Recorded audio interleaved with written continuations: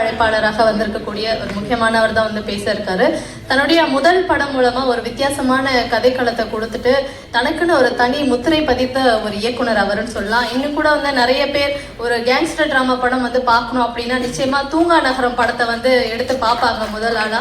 So அப்படிப்பட்ட ஒரு வித்தியாசமான ஒரு விஷயத்த வந்து தன்னுடைய முதல் படத்துல அவர் வந்து கொடுத்தாரு. தொடர்ந்து நிறைய படங்கள், அதுக்கப்புறம் பண்ண படங்கள்ல வந்து ஒரு ஸ்டைலிஷான அந்த கேங்ஸ்டர் டிராமாவும் அந்த சஸ்பென்ஸான ஸ்டோரி ஆக்ஷன்ஸ் இது எல்லாத்தையுமே வந்து அந்த ஸ்டைலா வந்து சார் கொண்டு வந்ததை பார்க்க முடிஞ்சது. எல்லாமே வெற்றி படங்களாகவும் அமைஞ்சது. உதாரணத்துக்கு பார்த்தீங்கன்னா நான் ராஜாவாக போகிறேன், சிகரம் தொட, இந்த படத்துலலாம் ஸ்டன் சீக்வன்ஸ் அந்த விஷயங்கள்லாம் சஸ்பென்ஸ் எல்லாம் வந்து பயங்கரமா இருக்கும். இந்த மாதிரி சூப்பரான படம் வந்து கொடுத்துட்டே இருக்காரு. இன்னொரு பக்கம் சார் வந்து நடிக்கவும் ஆரம்பிச்சிருக்காரு. ஒரு மிக சிறந்த நடிகராகவும் வந்து வலம் வரத்துக்கு எங்களுடைய வாழ்த்துக்கள் சார். இயக்குனர் நடிகர் திரு கௌரவ் நாராயணன் அவர்களை பேசுமாறு அன்புடன் அழைக்கிறேன்.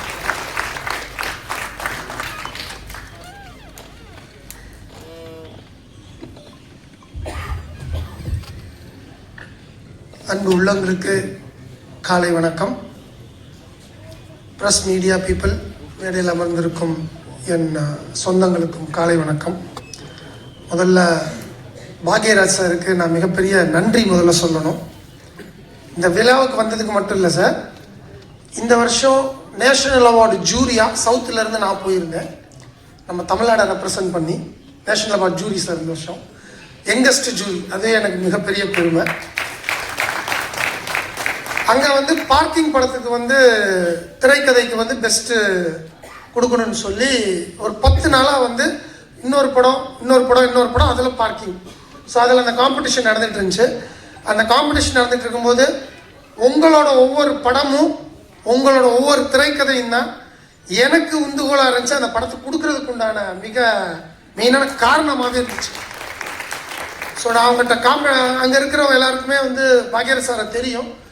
அப்போது அந்த மாதிரி சொல்லி தான் இன்னைக்கு திரைக்கதை அப்படின்னாலே வந்து தமிழ்நாடு தான், தமிழகம் தான் திரைக்கதைக்கு சிறந்தது. இத்தனை வருஷமாக கொடுக்கவே இல்லை தமிழ்நாட்டுக்கு திரைக்கதைக்கு, பார்க்கிங்க்கு கொடுத்தே ஆகணும் அப்படின்னு சொல்லி போராடும் போது எனக்கு பாக்யராஜ் சார் வந்து அங்கே மறைமுகமாக என் கூட நின்னார். அதுக்கு மிகப்பெரிய நன்றி சார். முதல்ல அடுத்து தலைவர் எம்எல்ஏ வந்திருக்காரு நம்ம விருகம்பாக்கம். இதுக்கு உண்மையிலே எனக்கு ரொம்ப நெருங்கிய நண்பர். ப்ளஸ் இன்னைக்கு இருக்க ஒரு எந்தவித கட்சி பாகுபாடுமின்றி, நீ டிஎம்கேவாரு, ஏடிஎம்கேவாரு, காங்கிரஸ் ஆறு, பிஜேபி ஆறு, எதுனாலும் என்னோட நம்பர் இது. எத்தனை மணிக்கு கூப்பிட்டாலும் அத்தனை மணிக்கு நானுன்னு இல்லை, யாராக இருந்தாலும் ஓடி வந்து முதல்ல நின்று விருகம்பாக்கம் தொகுதிக்கு அவ்வளவு அருமையான வேலைகள் செய்து கொண்டிருக்கும் என் நண்பர் பிரபாகராஜா அவர்களுக்கு வாழ்த்துக்கள். நன்றி சார், உங்கள் பணி தொடரணும். அடுத்ததாக நான் மேஜராக ப்ரொடியூசர் ராதாகிருஷ்ணன் சாரை பற்றி சொல்லணும். இந்த படம் தயாரித்தது ஒரு விதம் அப்படின்னா, ஒரு மனிதன் தான் அப்பா அம்மாவை நேசிக்கிறவன் தோக்கவே மாட்டாங்க. முதல்ல அவங்க அப்பா ஃபோட்டோவை கொண்டு வந்து அங்கே வச்சுட்டு வந்தோடனே சொன்னார், 5 மாதத்துக்கு முன்னாடி தான் அவர் காலமானான்னு சொன்னார். அப்பா மேலேருந்து உங்களை பார்த்துட்டு இருக்கார் சார், இந்த படம் கன்ஃபார்மாக வெற்றி அடைய உங்களோட முழு ஆசீர்வாதம் உங்களுக்கு, நேரையே உங்களை பார்த்துட்டு இருக்காரு.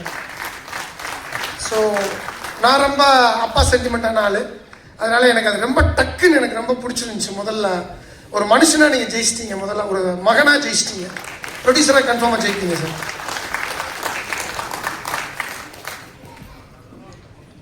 அடுத்து இந்த விழாவோட நாயகன் ஜெயிக்கிறோம் சார். முதல்ல இந்த நெகட்டிவ் இருக்கவே கூடாதுன்னு என் படத்துல எல்லாம் பார்த்தீங்கன்னா தூங்கா நகரம், சிகரம் தொடு, இப்படை வெல்லும், அட்லீஸ்ட் டைட்டில்லையே நம்ம வந்து பாசிட்டிவிட்டியை கொண்டு வந்துருவோம்னு நினைக்கிற ஆள் நான். ஆனால் அவர் வந்து ஒவ்வொரு வார்த்தையுமே பாசிட்டிவிட்டியாக வைப்பார். நீங்கள் இந்த படத்துக்குள்ளே வந்ததே பெரிய பாசிட்டிவ் சார். ஸோ நல்ல பெப்பியான சாங்ஸ் ரொம்ப நல்லா இருந்தது, கலர்ஃபுல்லாக இருந்தது. Visualisation is very good. கேமராமேனுக்கு வாழ்த்துக்கள், ரொம்ப நல்லா இருந்தது. எடிட்டருக்கு வாழ்த்துக்கள். ட்ரெய்லர் ரொம்ப நல்லா இருந்தது.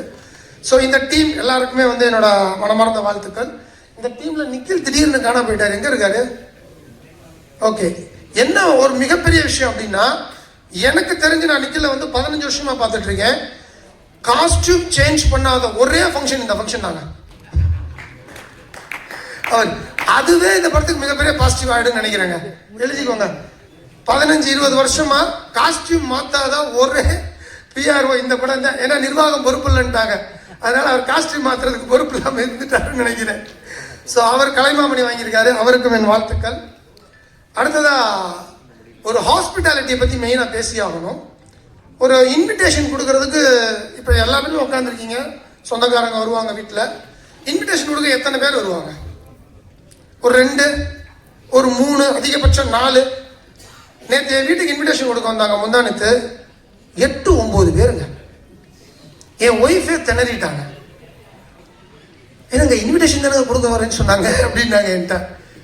அது எங்க உங்களுக்கு எதிர் வச்சுச்சுன்னா, இன்னைக்கு காலையில் எனக்கு ஒரு மீட்டிங், நான் கிரீன் பார்க் போயிட்டேன். 10 மணிக்கு என் ஒய்ஃப் ஃபோன் பண்ணி 9 பேர் வந்து இன்விடேஷன் கொடுத்துருக்காங்க.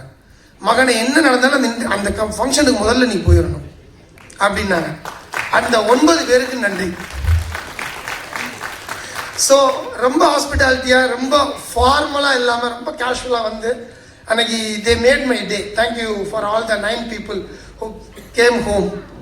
அது அடுத்து வந்து இயக்குனரை பற்றி சொல்லணும். இயக்குனருக்கு இது 2வது படம் சொன்னாங்க, முதல் படம் நடிக்கிறாரு, வாழ்த்துக்கள்.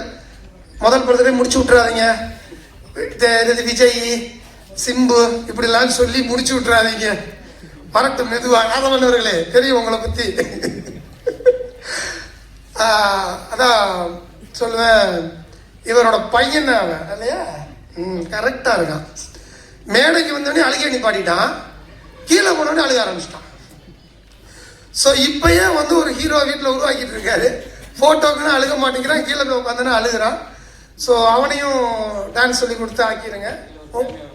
ஓ பண்ணிட்டான் பார்த்தீங்களா, வெளியே வருது பாருங்க, கேமியோ பண்ணியிருக்கானா, வாழ்த்துக்கள் அந்த குட்டி ஸ்டாருக்கும். என்னடா எப்பவுமே சொல்லுவேன், ஒரு இயக்குனருக்கு வந்து ஒரு மிக மிஞ்சிய ஒரு செல்ஃப் கான்ஃபிடன்ஸ் வேணும்னு நான் எப்பவுமே சொல்லுவேன். ஏன்னா நான் தூங்கா நகரத்துலையும் இயக்கிக்கிட்டே நானும் நடித்தேன் வேறு வழி இல்லாமல். அதே மாதிரி தான் இவர் வேறு வழி இல்லாமல் நடிச்சிருப்பாருன்னு பார்த்தேன். ஆனால் இவர் பிளான் பண்ணியே நடிச்சிருக்காரு, அதில் பார்த்துட்டேன்.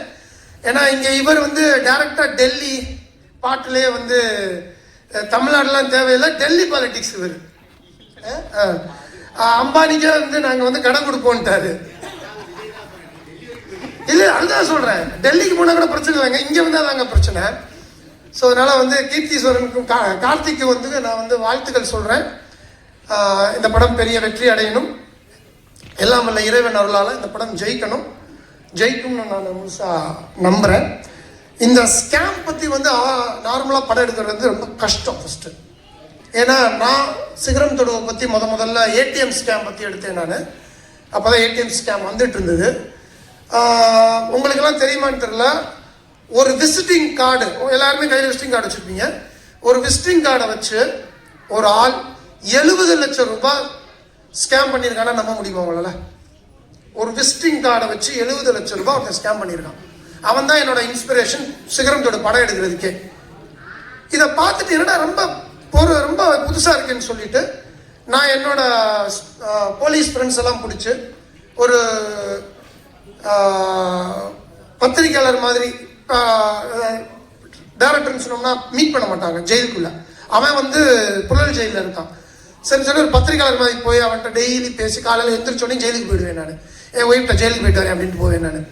போய் ஜெயிலுக்கு போய் அவனை மீட் பண்ணி எப்படிடா அடித்தான் இந்த 70 லட்சம் ரூபாய் இந்த ஒரே ஒரு விசிட்டிங் கார்டை வச்சு, அது விசிட்டிங் கார்டை வச்சு அடிச்சுட்டு 70 லட்சம் ரூபாய்க்கு ராஜஸ்தானில் வீடு கட்டியிருக்கான். அவன் ராஜஸ்தான்காரன், மார்பிள்லே கட்டியிருக்கான் அட்டகாசமாக. நான் அந்த வீட்டுக்கு போய் பார்த்துட்டு அங்கேருந்து அவன் புழல் ஜெயிலில் இருக்கான்னு சொல்லி போய் பேசினான். அவன் சொல்கிறாங்க, உங்களோட விசிட்டிங் கார்டு சைஸும் நீங்கள் வச்சிருக்கிற ஏடிஎம் கார்டு சைஸும் ஒன்று. நான் சொல்கிறான், அதே மாதிரி விசிட்டிங் கார்டு ஏடிஎம் கார்டு இதுக்கெல்லாம் ஒன்றுமே கிடையாது. அந்த ஏடிஎம் கார்டு எடுத்து பார்த்தீங்கன்னா அதில் ஒரு பிளாக் கலர் சிப்பு மட்டும் ஒன்று ஒட்டியிருப்பான். அதில் தான் நம்மளோட நம்பர் இருக்கும், நம்மளோட எல்லாமே இருக்கும். ஸோ இது தாங்க, வேறு ஒன்றுமே கிடையாதுங்க. அவன் வந்து ஒரு I don't want to mention the name of the bank, அந்த பேங்க்கில் வேலை பார்த்துருக்காங்க. ஏன்னா அந்த பேங்க் நேமை நான் போட்டதுனால என் மேலே 6 கேஸ் வேறு போட்டாங்க, அது வேறு பிரச்சனை. ஸோ அதனால் அவன் வந்து சொன்ன ஒவ்வொரு விஷயமும் ஐ வாஸ் ரியலி ஷாக்ட். எவ்வளவு அட்டகாசமாக ஒவ்வொருத்தவங்களையும் கார்டு வச்சுருக்கோம், ஒவ்வொருத்தவங்களையும் அந்த பிளாக் கலர் பின் இருக்குது. அதை எவ்வளவு ஈஸியாக எடுக்கலாம், எவ்வளவு ஈஸியாக பணத்தை கொள்ளையடிக்கலாம். சம்பாதிக்கிறது மட்டும்தான் கஷ்டம், செலவு பண்ணுறது ரொம்ப ஈஸி, அதை திருடுறது அதை விட ஈஸி. ஆனால் அதுக்கு பிரெயின் இருக்கணும். அந்த பிரெயின் அவன் நல்ல விதத்தில் யூஸ் பண்ணியிருந்தானா இந்நேரம் அவன் பெரிய ஆளாக இருந்திருப்பான். அப்போ அதே மாதிரி தான் நீங்களும் நிறைய ஸ்கேம் பண்ணியிருக்கீங்கன்னு சொல்ல வரல, ஸ்கேமெல்லாம் வந்து அவர் படிச்சிருக்கீங்க, ரிசர்ச் பண்ணியிருக்கீங்க. ஸோ அந்த ரிசர்ச் கரெக்டான ரிசர்ச்சாக மக்களுக்கு பிடிச்ச ரிசல்ட்டாக இருந்ததுன்னா டெஃபினட்டாக மக்கள் கொண்டாடுவாங்க. அண்ட் தென் இன்னைக்கு பெரிய படம் சின்ன படம்னு எதுவுமே கிடையாது. மக்கள் தேட்டருக்கு வந்து பார்த்தா அது பெரிய படம், மக்கள் தேட்டருக்கு வந்து பார்க்கலைன்னா அது சின்ன படம், அவ்வளோதான் என்னைய பொறுத்தளவு. ஏன்னா நானும் தூங்கா நகரம் எடுக்கும்போது அதில் எந்த ஹீரோவும் கிடையாது. சிகரம் தொடு எடுக்கும்போது கும்கிய அப்போ தான் ரிலீஸ் ஆயிருந்துச்சு. இப்படை வெல்லும் பண்ணும்போது உதயநிதி பிரதர் தான். எந்த ஹீரோவை நம்பியுமே வந்து எந்த இயக்குனருமே படம் எடுக்கக்கூடாதுன்னு நான் ஸ்ட்ராங்காக நம்புகிறேன். Because the content is the hero. அந்த கண்டென்ட்டை நம்பி தான் இன்னைக்கு பாக்யராஜ் சார் இத்தனை வருஷமா இங்கே கிங்காக உட்காந்துருக்காரு. So content never fails. And உங்கள் படம் நான் பார்க்கல, ட்ரெய்லர் பார்த்ததை வச்சு சொல்கிறேன். இஃப் த கண்டென்ட் ட்ரெய்லரில் இருந்த மாதிரியே 14 ரீல் இருந்துச்சுன்னா டெஃபினட்டாக இந்த படம் சக்ஸஸ் ஆகும். நீங்கள் சொல்ல வேண்டிய அவசியமே கிடையாது. மீடியா பீப்புள் நல்ல படத்தை கொண்டாடுறதுக்கு ரெடியாக இருக்கிறாங்க. இங்கே நல்ல படம் நம்ம தான் கொடுக்கறதுக்கு தவறுறோம். ஒவ்வொரு மீடியாவுமே படம் பார்க்க வர்ற ஒவ்வொரு ஆடியன்ஸும் நான் வந்து 2.5 மணி நேரம் என் டயத்தை வேஸ்ட் பண்ணணும்னு வர்றது கிடையாது. படம் எடுக்கிற ஒவ்வொரு ப்ரொடியூசரும் நான் நல்ல படம் எடுக்கணும்னு தான் முயற்சி பண்ணுறோம். படம் பண்ணுற இயக்குனரும் முயற்சி பண்ணுறோம். அதே மாதிரி தான் மீடியா பீப்புளும் அவங்க டயத்தை செலவு பண்ணி 2.5 மணி நேரம் படம் பார்க்க வரும்போது ஒரு படம் நல்லா இருக்கு அப்படின்னா நம்ம சொல்ல வேண்டிய அவசியமே இல்லை. They take it to the scale of the heights அப்படின்னு சொல்லுவேன், பினக்கிள் ஆஃப் ஹைட்னு சொல்லுவேன். அந்த இதுக்குள்ள கொண்டு தூக்கி வச்சு கொண்டாடுறாங்க. என் 3 படத்தையும் கொண்டாடினது போல் இந்த படத்தையும் அவங்க கொண்டாடுவாங்கன்ற மிகப்பெரிய நம்பிக்கையில் இந்த டீம் பெருசாக ஜெயிக்கும்னு நான் எல்லாம் இறைவனை வேண்டிக்கிறேன். நன்றி, வணக்கம். Thank you sir, thank you so much. அடுத்தது நிர்வாகம்.